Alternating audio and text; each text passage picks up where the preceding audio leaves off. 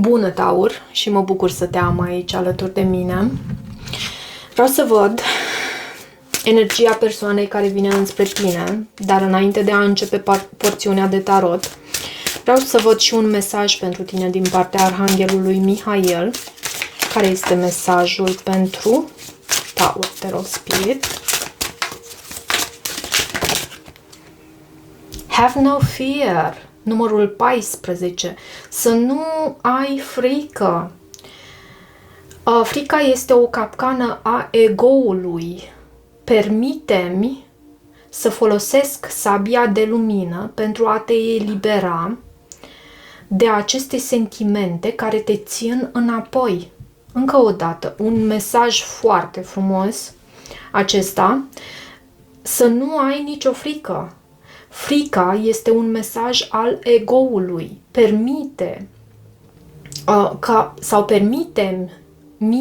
Permite-i Arhanghelului Mihail să folosească sabia de lumină pentru a te elibera de aceste sentimente care te țin în întuneric, care te țin blocat. Ok. Hai să vedem cine vine înspre tine. De fapt, această persoană care vine înspre tine în următoarele 7-8 zile, care îi este energia, ce sentimente, gânduri, intenții are. Vom extrage un card și pentru intențiile tale, de fapt sentimentele tale, scuze. Vom extrage, cum am spus, un card și pentru acest lucru și câteva altele.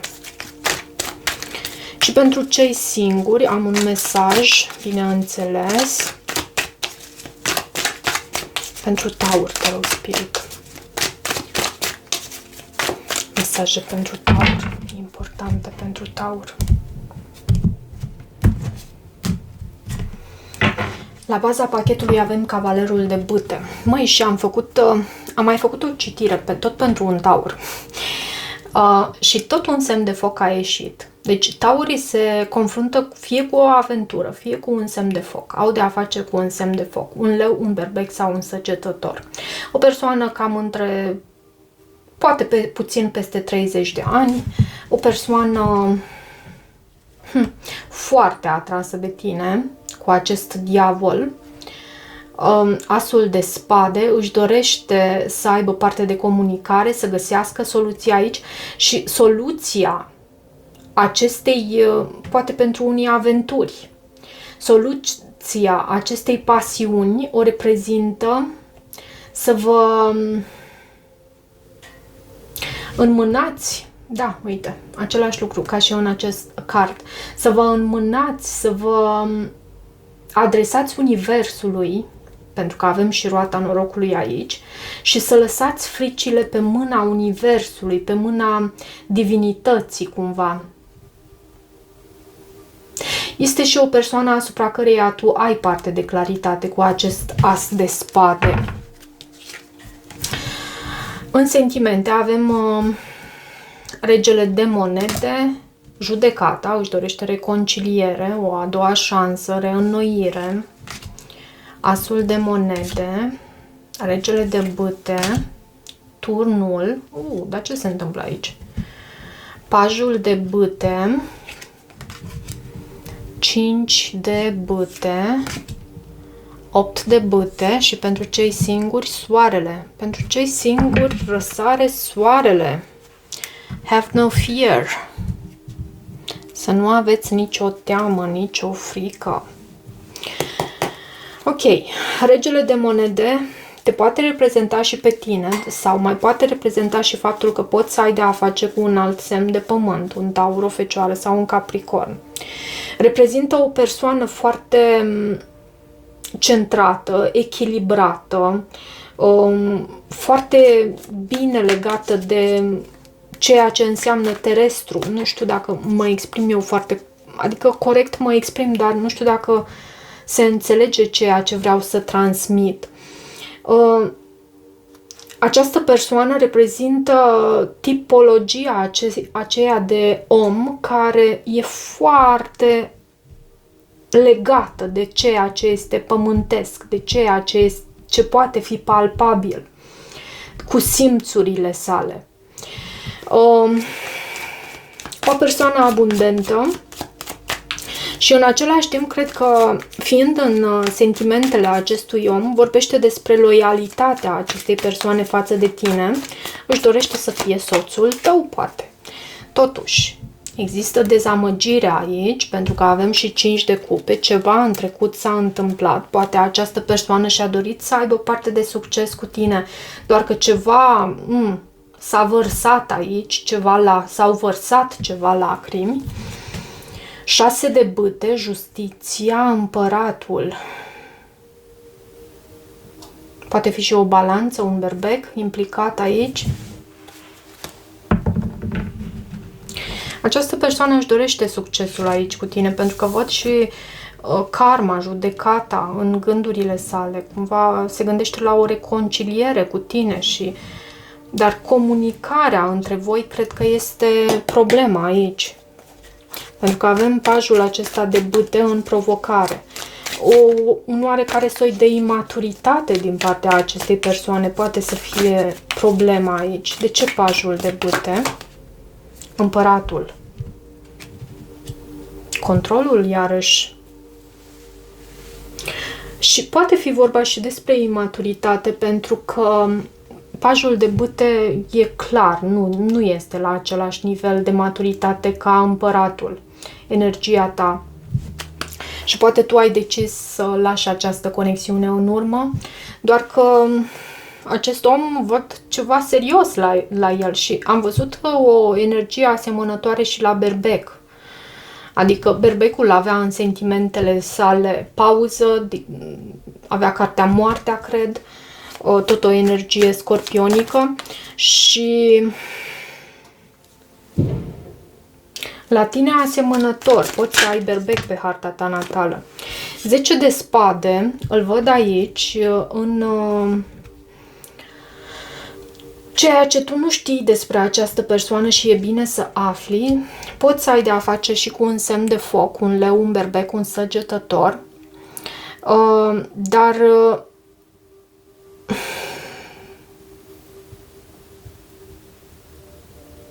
chiar dacă această persoană se simte trădată, să știi că nu renunță. Pentru că regele de bâte este un luptător, e o persoană energică, vivace, care nu renunță. E ultimul care rămâne în picioare într-o luptă. Și asta pentru că se simte foarte atras de tine. Acum, judecata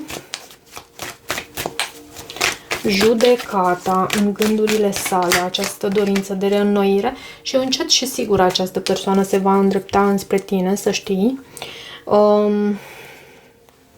Da, poate să fie vorba despre un rege de bâte, un leu, un berbec sau un săgetător.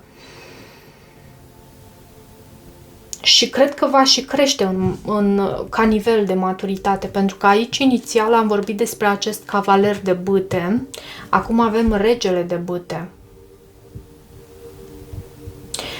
La asta se gândește această persoană, cum să vină și să îți capete încrederea. Ok, avem turnul. Turnul vine cu haos, cu element de surpriză. De ce turnul în sentimentele tale poate fi și un scorpion? 3 de spade. Pentru că te-ai simțit trădat cu ceva, poate a existat chiar un trio, o energie de genul acesta.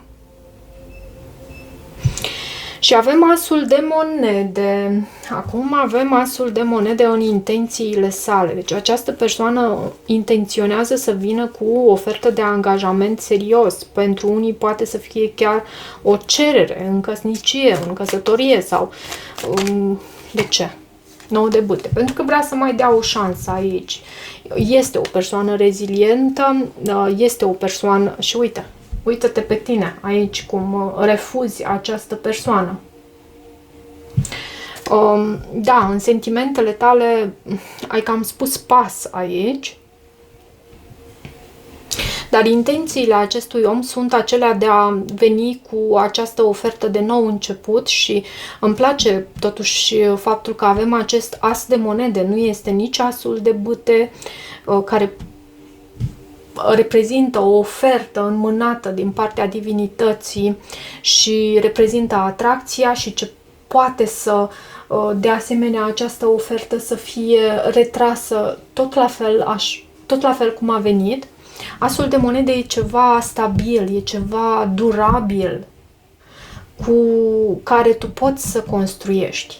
Acum, depinde și de felul în care tu reacționezi în continuare sau acționezi, răspunzi. De ce 5 de bâte în viitorul apropiat? Eremitul. Eremitul reprezintă zodia Fecioară și 8 de bâte. Cineva refuză să comunice. Cineva refuză să comunice și poți să fii tu, pleacă, uite. Își face dreptate.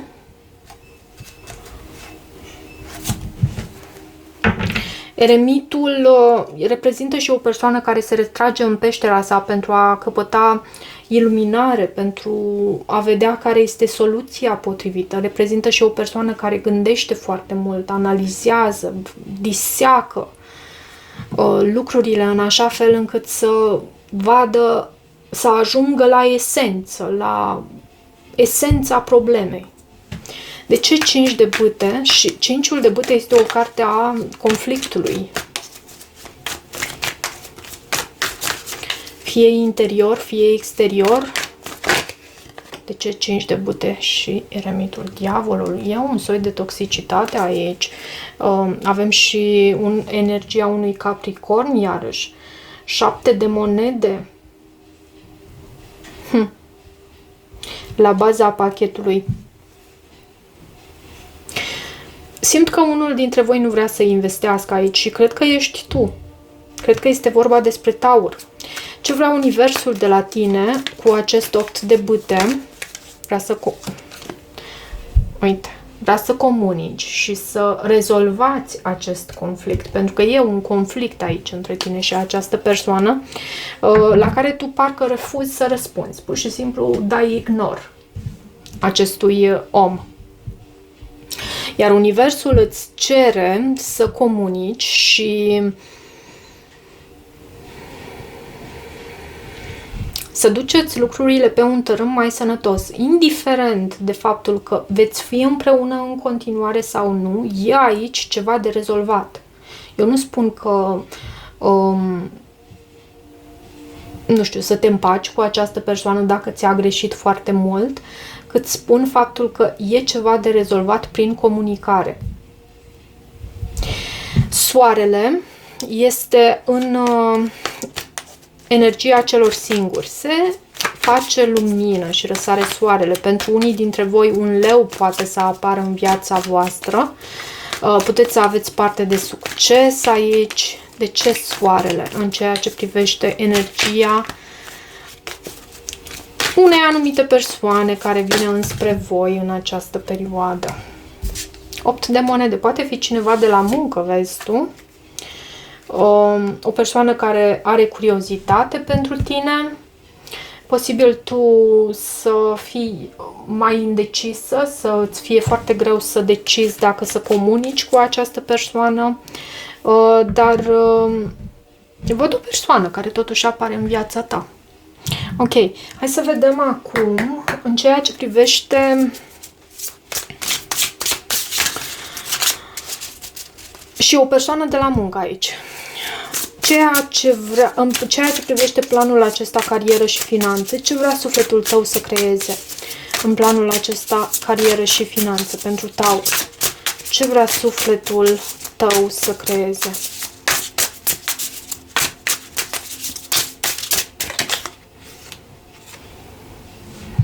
Bliss is worth creating from. Extazul, entuziasmul se merită să îl trăiești, pentru că de aici tu poți să creezi ceva durabil, ceva frumos.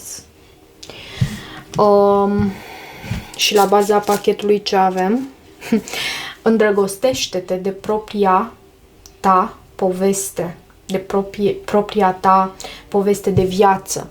Îndrăgostește-te de ea, pentru că astfel tu integrezi toate părțile tale, tot ceea ce reprezintă ceea ce reprezinți tu ca om, ok? Și vei fi cu siguranță mult mai împlinit și ai toate șansele să creezi ceva frumos și durabil aici, din entuziasm, din bucurie, din fericire, din